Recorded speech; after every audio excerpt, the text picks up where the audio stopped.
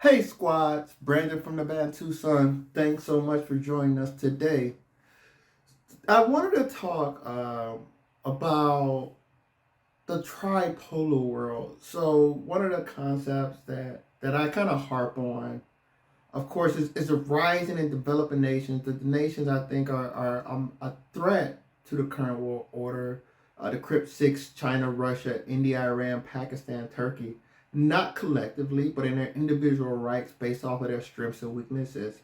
But what's most important in different those different countries are all on varying degrees, but the two of the more powerful countries, or I say two of the more high potential, well developed, serious threats of those countries is going to be China and India for different reasons. But what I wanted to talk about is this tripolar world that I think is going to pretty much set up mid-century, the mid 21st century, and the varying interests and the underlying strategy that I think that these nations are going to try to pursue to ensure their interests, or at least the strategy I think they should try to pursue. So I'll start off with of those three. It's going to be United States, India, and China. I'll start off with the United States. The United States is a child of Europe, culturally, demographically, historically, economically, etc. Like the bridges are strong with Europe. It was founded by European founder fathers, and it takes a lot of population from different places, but they're really trying to plug into play of this European paradigm of law, uh, and the way that the commerce is constructed is go back to uh, relatively free markets idea, strong capitalistic mercantile, well, what I would say Adam Smith commerce, right? This is people that believe in competition, believes in supply and demand, strong believers in capitalism. America has the largest stock market in the world. Its companies are featured prominently. This is the child, or its birthright given to it by its commercially minded European forefathers, primarily the British, and has replenished its populations throughout history. Uh, whether you got the British, the Germans, the Italians, and of course they have various different groups that they brought in, but they quickly stopped. Whether that was Africans from Africa, where they put it into the slave trade, or whether that was bans on Asians, where they brought the Chinese over to work the rail. So right now you have a Hispanic influence, but that Hispanic influence is heavily influenced by Europe. So it is a child of the West.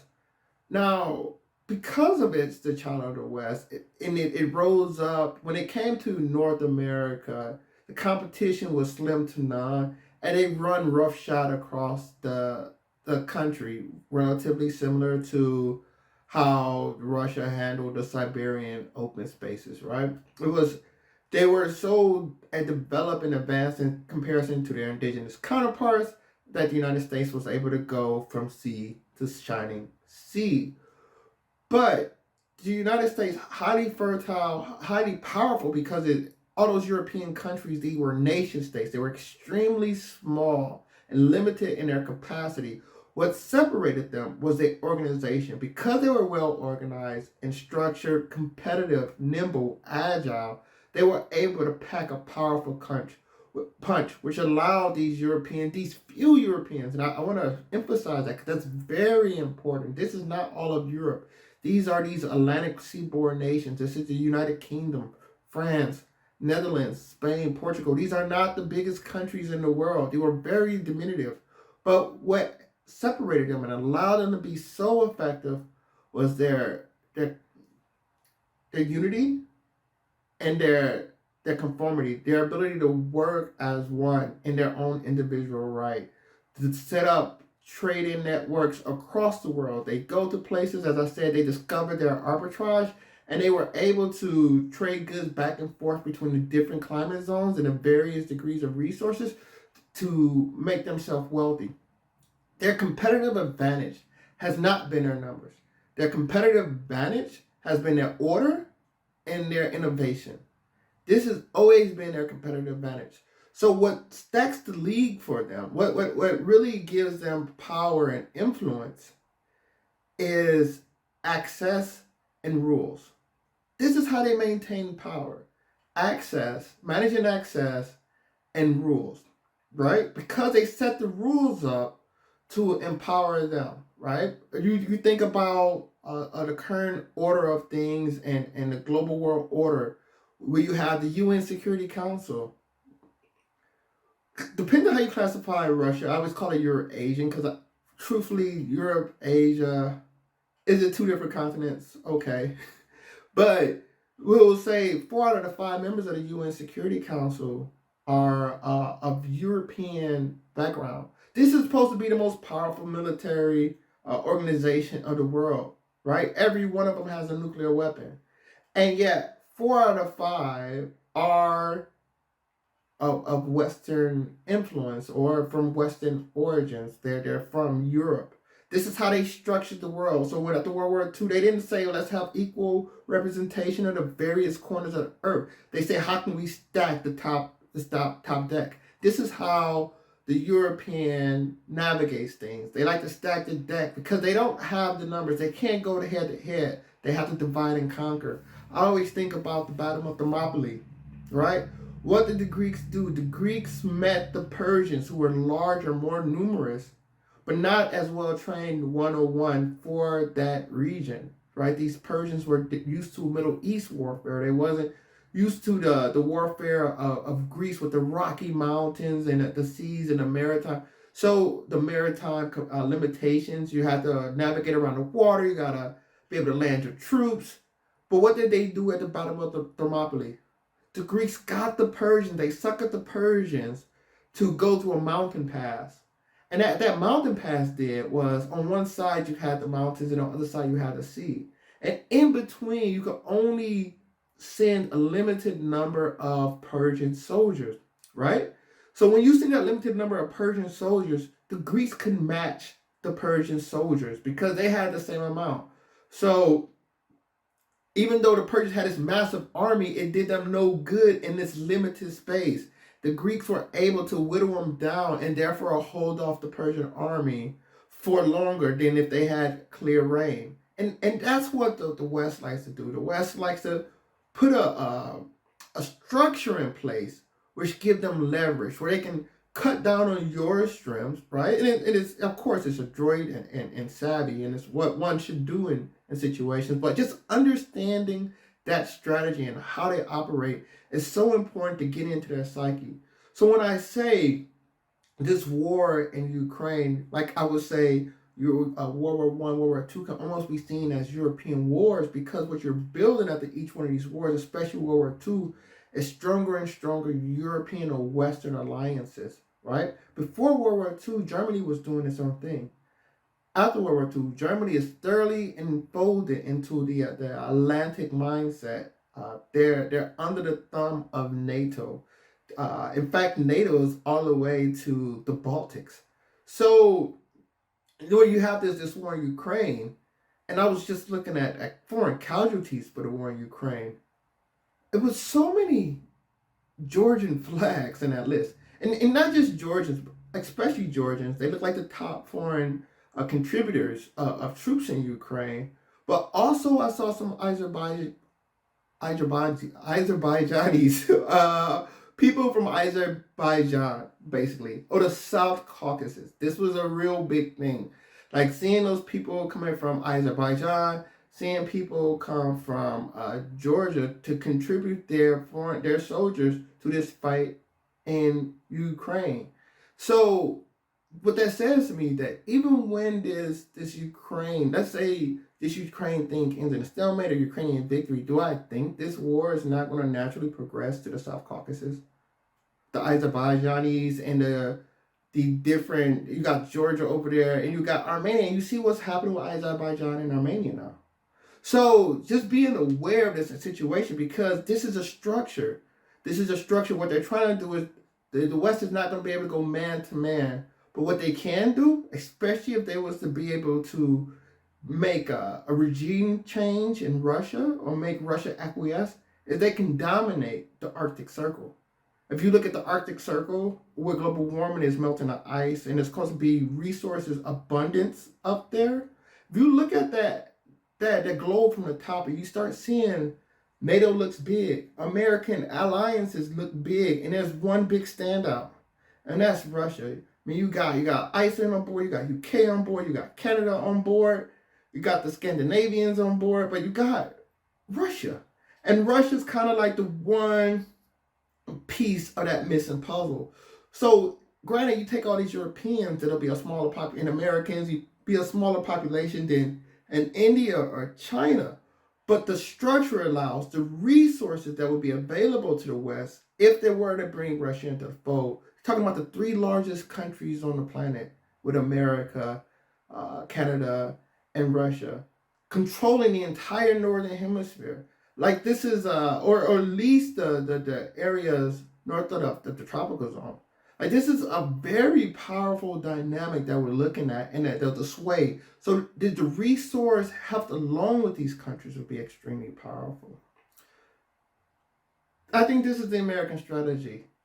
Concentrate their influence, continues to build structural order that benefits them and their allies. Because it's that allies that allows them to do these things that they do. So to bring those allies into fold, they constantly have to assure those allies that their interests are better aligned working with the Americans than against them. Going to India. So the situation with India is a wild place. So I think India is most backwards in amongst these three, where I talk about backwards being most disorganized. But I also think India has an insane, crazy ceiling. And I think one of the inspirations for this video was I was reading articles and I saw some videos on the necklace of diamonds, and this is supposed to be in contrast to China's string of pearl, where China has this maritime strategy along with the Belt and Road Initiative to secure its national interests. And this string of diamonds was completely nonsensical from my point of view, because it was a wrap of Indian relationships and proposed bases around China, which is to the east of any interest that India has. In fact, this whole vibe with this India China thing, it's almost that UK Germany 20th century vibe.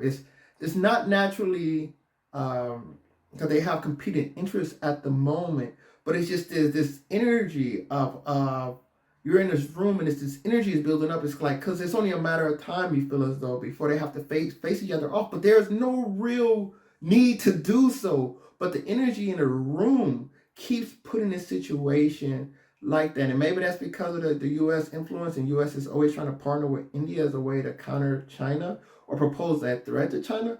But I don't think China interferes with India's interests at all. I think India's interests are west and on the maritime borders of the littoral borders of the Indian Ocean. And you can take that all the way from Pretoria, like from South Africa to Australia. And I think India, especially in the Middle East, getting this energy, allowing a place for its population to thrive, get some of those Indian entrepreneurs out there, being able to invest in Southeast Asia. These are all things I think are going to be highly valuable to India. Building relationships with strong industrial or metals nations, such as in Central Asia, Iran. So I think that relationship is going to be very important. Managing a relationship with Pakistan, because right now, India and Pakistan, the animosity is so strong there. As soon as one of them makes somebody mad, that whoever they make mad just goes to the other country. And I think India, to be truly a global player, one, it has to understand its interests, but two, it just can't have players on its borders that's that antagonistic. As you can see, America did a lot of work to bring its surrounding countries, such as Canada and Mexico, into its fold and dominate that Caribbean region to provide a sphere of insulation. And India doesn't have that right now. And that's something I think it really needs to work on and develop and work with its neighbors to a more benevolent existence with each other. But especially East Africa as well. I think there's so many opportunities for India and East Africa. I think a lot of the commercial expertise Indian companies can really help develop regions of East Africa, and there's a lot of synergy there. And most importantly, the Middle East. India needs to protect its interests of resources. It's a major oil refiner, and so it needs to make sure it always have its pulse on the Middle East and those strong relationships. As you can tell by everything I talk about, this has nothing to do with China. I don't see the necessity. Like, granted, they have this border region in the mountains, and a lot of countries have these skirmishes and talks. And I do think maybe China may go overboard sooner or later, just because the Chinese, I feel, are very insecure for numerous reasons. And it will be their overzealous nature that will cause this issue. Because I think there's a lot of room for peace, and because who's really want to fight in the Himalayas? Who want to fight a war in the Himalayas? So I think at a certain point, like, that can be negotiated or maintained. But I think for India to grow, they really have to build these relationships with their I call it the Maria Mar Nostrum, right? This is the subcontinent sea. It's called the Indian Ocean for a region. India is the big dog in this region, but India doesn't have the organization and the structure that the West have. And I think if it ever does, if it ever tapped into that nationhood and understanding and be on one path towards the outside world, I think the sky is the ceiling for India. But the Quad, building alliances with Japan, working out, trying to get bases in Mongolia, like, this to me is it's a waste of time. In fact, it's the opposite. It's counterproductive, because now you're basically going after China, and for what reason? It's no real reason to be that antagonistic this early in the game. And then lastly is China. So I go back to China because the reason why I say China is insecure, because I just think Chinese culture, the way of doing things is very conservative. It's a very insular way. You got to remember, a lot of these nations, the people's nations, I remember reading, the Chinese didn't really travel or migrate as prolific as they did during the times after European travel and explorations. The Chinese came to a lot of places in Southeast Asia after Southeast Asia has been engaged with trade and the Europeans had came there. So that means a lot of overseas Chinese in Indonesia, the Philippines, um, Singapore, a lot of this came from an influx of trade with Europe, and these became merchants that traveled to this region. And this is a relatively modern time when you consider the thousands and thousands of years the Chinese have been a civilization. You have to remember, these are the people of the Great Wall. European went out into the world. They said, wow, this world is a crazy place. There's so much opportunities. We can sell so much clothes. Or we can sell textiles. We can sell our lumber. The Chinese looked at the world and said, man, these barbarians build the walls. Like, it was a constant, it was not a form of them pushing out. There was no Asian man burden. There was no desire to try to civilize or to integrate with the outside world. These are the people of the Great Wall. This is the letters. If you go back and read some of the old letters that the Chinese used to write, they called the British barbarians. They said, that's nothing we want in your empire. Throughout history, it was always the Europeans trying to break into the Chinese markets, but the Chinese really only wanted, like, silver and gold, so that the Europeans, primarily silver. So Europeans were always trying to find precious metals to trade with China to get the Chinese goods, because they wanted all the amazing things that China produced, the porcelains, the silks, etc. So this Chinese society is naturally conservative, but what communism has taught them is that insularity, and what communists have taught them, as well as imperialism. And let's not forget the egregious opium wars, which I think is scarred into the history of the people, as it should be. But what communism and imperialism has taught them is that you can't sit on the sidelines. They know they have to be a player in this world. As well, they know that the globe is going to allow them that economic growth to develop. And they always been hell of merchants. Like Chinese have always been a hardworking, commercially enterprise individuals on a wider scale. And they have shown that when they migrate, they establish businesses, they're industrious, and they can pretty much compete with anybody. And I think, and that comes from the culture. So, but I think their interests are completely outside their sphere. I think the Chinese see themselves as a Qing empire. I think that parts of Mongolia and Russia to them, I think are a birthright. If I was to be in their shoes, I can understand why. Like this is a place where they see, okay, historically this is our realm. Even though most of the Han Chinese are on the eastern quarter of the country, and so much of the outlying regions, your Tibet, the Uyghur regions of the northwest, the Inner Mongolian, this is mostly empty, containing less than 10% of the population. It's almost like these are buffer zones. But the Chinese wants this buffer. They want space. They want room. They want insularity. And I think because of that, and understanding that they're going to be needing their resources to develop their population and provide subsistence for their population, because China in itself is not going to be sufficient. And they're pretty much almost a seaboard people without so much of a naval history, you were saying, the light of England. But what the Chinese are going to want to do is protect those interests. That's why I think the most vital thing to the Chinese at this point is that South China Sea, building up the alliances in that South China Sea and how they're going to navigate ASEAN. Because unlike India to China, where I think China really doesn't pose much threat to Indian interests, India does pose a lot of threats to Chinese interests because India separates China from the Middle East and a lot of those resources. If you look at that Belt and Road, aka, in my opinion, Operation Enrich the Middle East, a lot of those major countries, the major benefactors is going to be your Saudi Arabia, it's going to be your Iraq. Like China is building those links, and of course they call it the Belt and Road, and they're doing these grand designs. But no, they want to ensure security of their resource flow to their country for their people. So a big part of that is going to be the maritime operations. It's going to be that South China Sea.